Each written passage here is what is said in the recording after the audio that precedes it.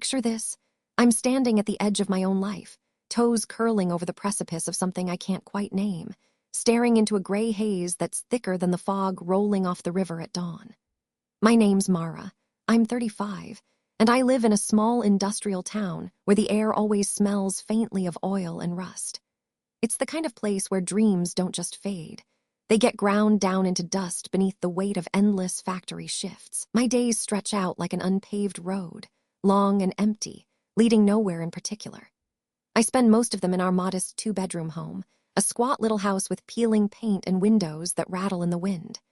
It's just me here, usually, surrounded by a silence so heavy it feels like it could crush me.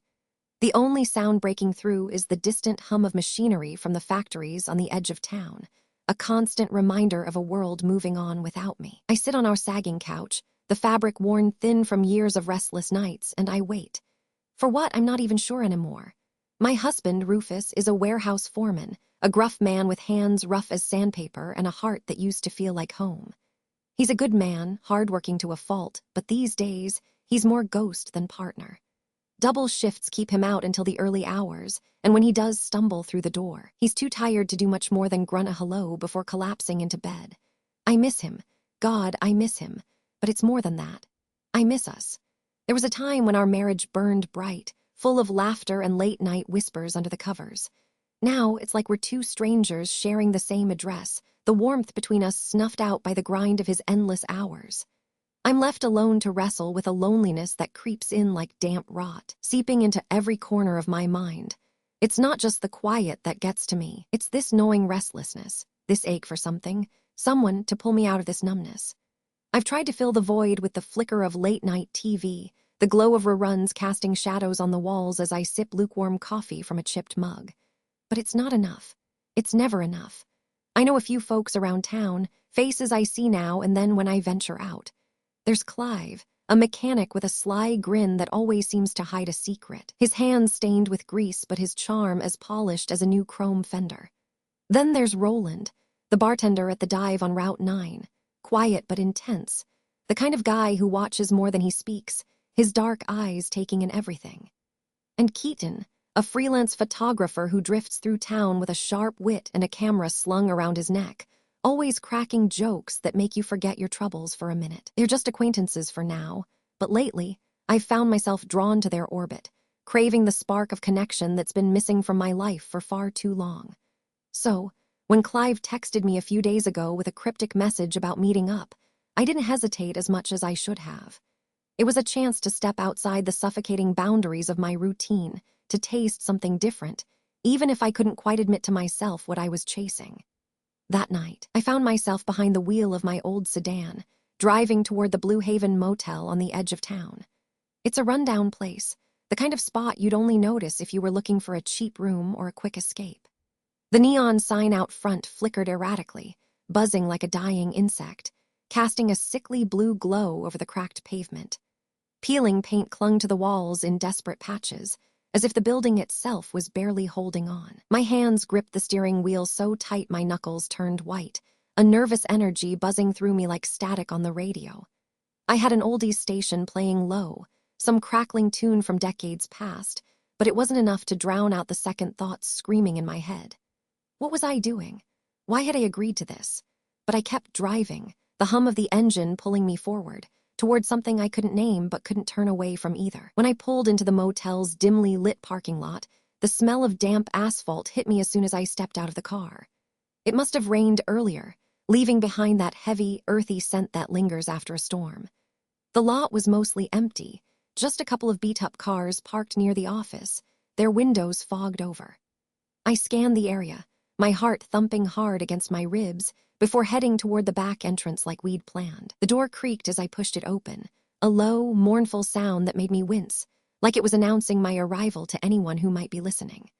I slipped inside, the cool air of the stairwell wrapping around me, and started climbing the steps to our meeting spot. The stairwell was a forgotten corner of the world, all concrete walls and flickering fluorescent lights that buzzed overhead. A faint echo of dripping water came from somewhere above, a leaky pipe probably, adding to the eerie quiet. It was private, out of sight from prying eyes, which is exactly why we chose it. I reached the landing on the second floor and waited, my breath shallow, my fingers fidgeting with the edge of my jacket. Then I heard them, boots on the stairs, low voices carrying up from below.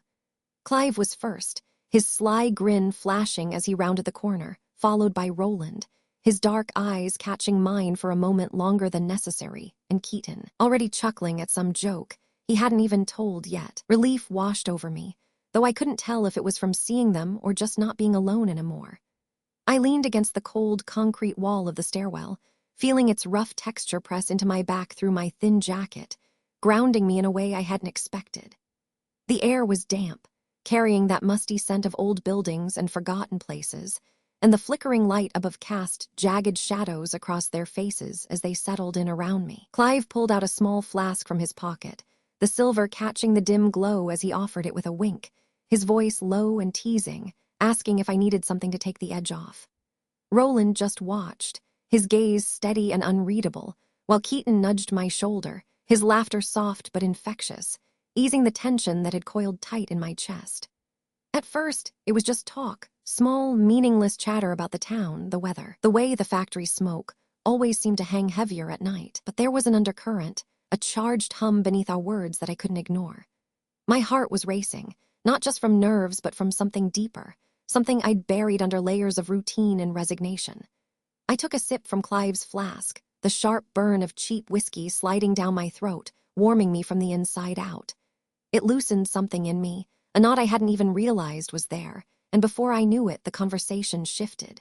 It wasn't planned, not really, but the space between us seemed to shrink, the air growing thick with unspoken things. Clive's hand brushed mine as he took the flask back, lingering just a second too long. Roland stepped closer, his voice dropping to a murmur as he said something I couldn't quite catch over the pounding in my ears. Keaton's jokes turned quieter, more suggestive, his eyes glinting with a mischief that felt dangerous in the best way. I should have stopped it right there. I should have said goodnight, turned on my heel, and walked back down those stairs to the safety of my car. But I didn't. The loneliness that had been eating at me for months, years, maybe, clawed its way to the surface, desperate for release. The cool concrete against my back felt like an anchor as I let myself lean into the moment, let myself cross a line I'd sworn I'd never even approach. It wasn't just one thing, not just a touch or a word, but a cascade of sensations that overwhelmed me. The warmth of breath against my neck, the hushed whispers that felt like secrets even in this empty stairwell, the stifled laughter that bubbled up between us as if we were kids sneaking around after curfew.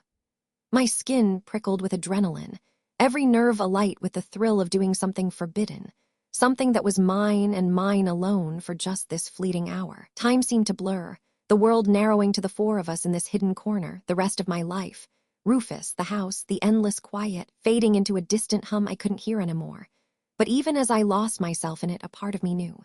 This was a betrayal, plain and simple. Rufus didn't deserve this, not after all the years, all the sacrifices. He wasn't perfect, but he was mine, and I was his, or at least I was supposed to be. Yet in that stairwell, with the weight of my choices pressing down on me, it didn't feel like betrayal. It felt like survival. Like I was stealing a breath of air after drowning for too long in the suffocating stillness of my days. I told myself it was just this once, just a moment to feel alive again, to feel wanted. I told myself it didn't mean anything, even as I knew it meant everything. Then, in the middle of it all, I heard it. A faint click, sharp and distinct, echoing off the concrete walls. It sounded like a camera shutter snapping shut, or maybe a door latch catching, I couldn't tell. My heart stuttered, a jolt of ice cutting through the heat of the moment. I froze, my eyes darting to the shadows beyond our little circle, scanning the empty stairwell for any sign of movement. Nothing. Just the drip of that leaky pipe and the buzz of the fluorescent light. The days after that night at the Blue Haven Motel feel like I'm walking on a tightrope, balancing between the life I'm supposed to live and the secret I've buried deep inside. I wake up each morning with a heaviness in my chest, a mix of guilt that gnaws at my insides, and a fleeting exhilaration that I can't quite shake. It's like I've stolen something I wasn't meant to have, and even though I know it's wrong, there's a part of me that keeps replaying those stolen moments in the stairwell, the thrill of it all buzzing under my skin. But I can't let it show. I have to keep going through the motions, pretending everything's fine, even as I feel the ground shifting beneath me in ways I can't yet understand. Breakfast with Rufus is a quiet affair, more so than usual. I sit across from him at our small kitchen table, the chipped formica surface littered with toast crumbs and a half-empty jar of jam. I keep my eyes on my coffee mug, tracing the faded floral pattern with my thumb, avoiding his gaze. His tired eyes, bloodshot from another double shift, search mine for something. Maybe an explanation for the distance between us, maybe just a flicker of the connection we used to have. But I can't give it to him. Not now. Not when I'm carrying this weight. I mumble something about needing to run errands, my voice sounding hollow even to my own ears, and he just nods, his jaw tight, before heading out to the warehouse again.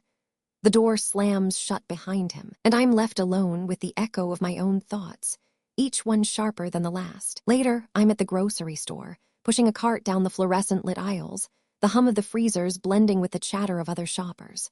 I'm reaching for a box of cereal when my fingers brush against something in my purse, a crumpled piece of paper. My heart stops as I pull it out just enough to see the faded ink of the Blue Haven Motel receipt. The date stares back at me, a silent accusation, and I feel a cold sweat prick at the back of my neck. I glance around, half expecting someone to be watching, but it's just an old lady comparing soup cans a few feet away. I shove the receipt deeper into my purse, burying it beneath loose change and old gum wrappers, as if hiding it there could erase what it represents. My hands tremble as I grip the cart handle, and I force myself to keep moving, to act normal, even though every step feels like I'm dragging chains behind me. Back at home, I'm unloading the groceries when I notice the blinking light on the door camera Rufus installed last year. It's a little black box mounted above the porch, something he put up after a string of break-ins in the neighborhood. I've never paid much attention to it before, but today, that tiny red light feels like an eye staring right through me. A twinge of unease curls in my gut. Did it catch me leaving that night? Did it record the time I came back, hours later than I should have? I shake my head, telling myself I'm being ridiculous. It's just a camera. It's not like Rufus is sitting there reviewing footage of my every move. Still, I can't shake the feeling that I'm being watched, that somehow, somewhere, the truth is seeping out of the cracks I've tried so hard to seal. The unease grows when I get a call from Keaton a couple of days later. I'm in the living room, folding laundry on the couch, when my phone buzzes on the coffee table. His name on the screen sends a jolt through me, and I hesitate before answering, my thumb hovering over the button. When I finally pick up, his voice is casual, light, like nothing's wrong. He's just checking in, he says, asking if I'm doing okay. But then, almost as an afterthought, he mentions something that makes my blood run cold. He thought he saw a shadow move near the stairwell that night at the motel, just out of sight, right around the time we were there. He laughs it off, saying it was probably I'm standing in the kitchen, the linoleum cold under my bare feet, when everything comes crashing down. My heart's already racing from Keaton's call a few days ago, that offhand comment about a shadow in the stairwell still echoing in my mind like a warning I didn't heed. I push the thought aside, trying to focus on the mundane, washing a mug in the sink, the soapy water slipping through my fingers. But as I turn to grab a dish towel, my eyes catch on something on the table, and my stomach drops like I've just stepped off a cliff. There, spread out like a crime scene, are the motel receipts, crumpled, damning pieces of paper I thought I'd hidden deep in my purse. Next to them, a grainy still from our door camera, printed out and staring up at me like a ghost. It's me, no mistaking it, creeping through the front door at 3 a.m. My face half turned away, but my guilt written in every tense line of my body. My breath catches, sharp and shallow, as I realize what this means. Rufus knows.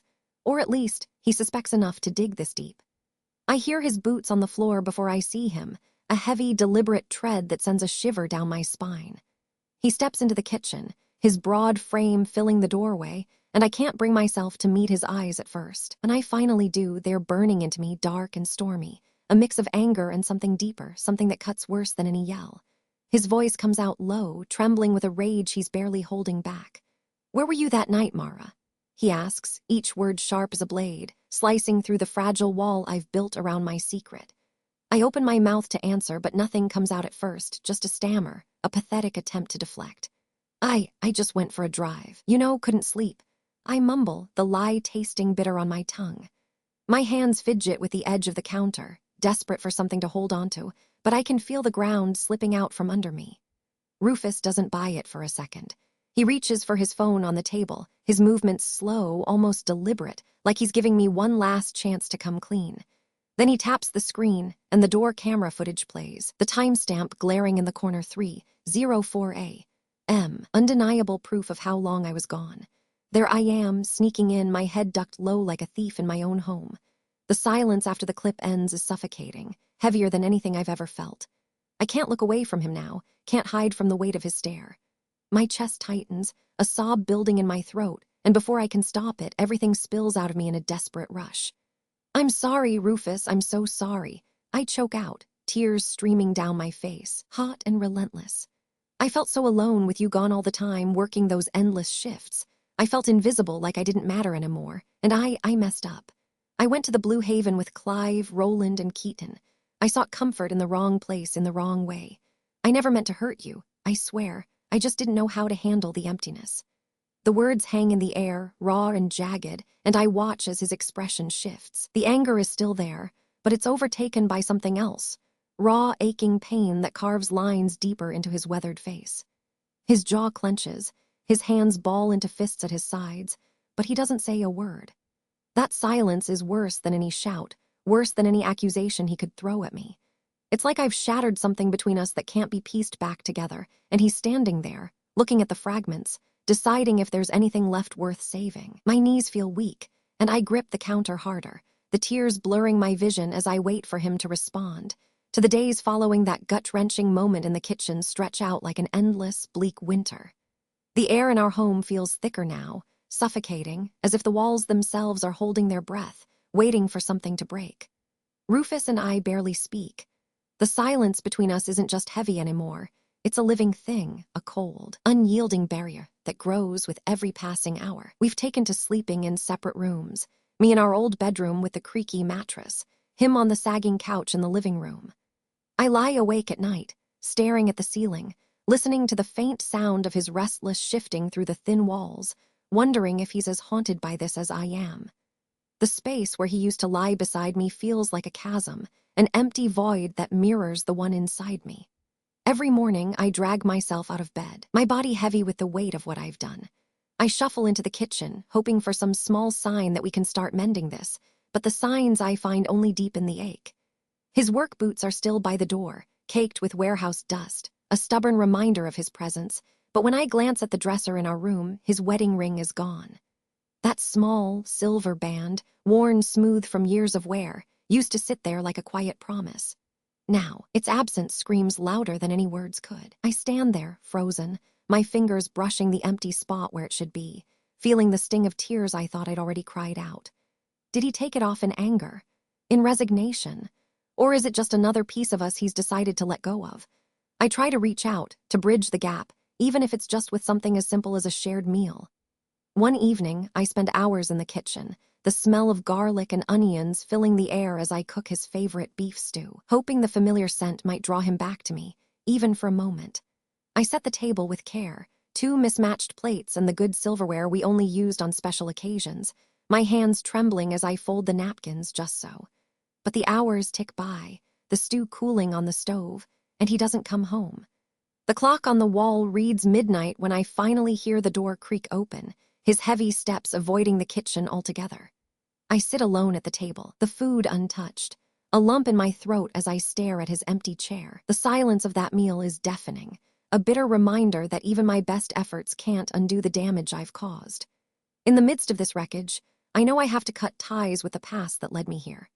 I pick up my phone with shaky hands and send messages to Clive, Roland, and Keaton, telling them we can't meet again, that it's over, that I can't keep running from the life I've broken. Their responses come in slowly, each one a small knife twist in its own way. Clive texts back a curt, "Fine," his indifference cutting deeper than I expected, as if what happened meant nothing to him at all. Roland's reply is a single word, "Understood," but there's a weight to it, a quiet regret that lingers in my mind long after I read it. Keaton, true to form, tries to lighten the mood with a half-hearted joke about bad timing, but even through the screen, I can sense the disappointment beneath his words. I set the phone down, feeling the finality of those messages settle over me like ash. That chapter of my life, the one I thought could save me from my loneliness, is closed, but the cost of opening it in the first place is still unfolding. Inside, I'm a mess of conflicting emotions, torn apart by the shame of my actions and a lingering resentment that refuses to let go. I hate myself for what I did, for betraying Rufus, for seeking solace in a place I knew was wrong. Every time I catch my reflection in the mirror, I see a stranger, someone who threw away trust for a fleeting thrill. But beneath the guilt, there's this stubborn flicker of hope that maybe, just maybe, I can find a way to make amends and rebuild the bridge I so carelessly burned. Don't forget to subscribe, like, and comment if you enjoyed this story. This will help us create more engaging stories for you.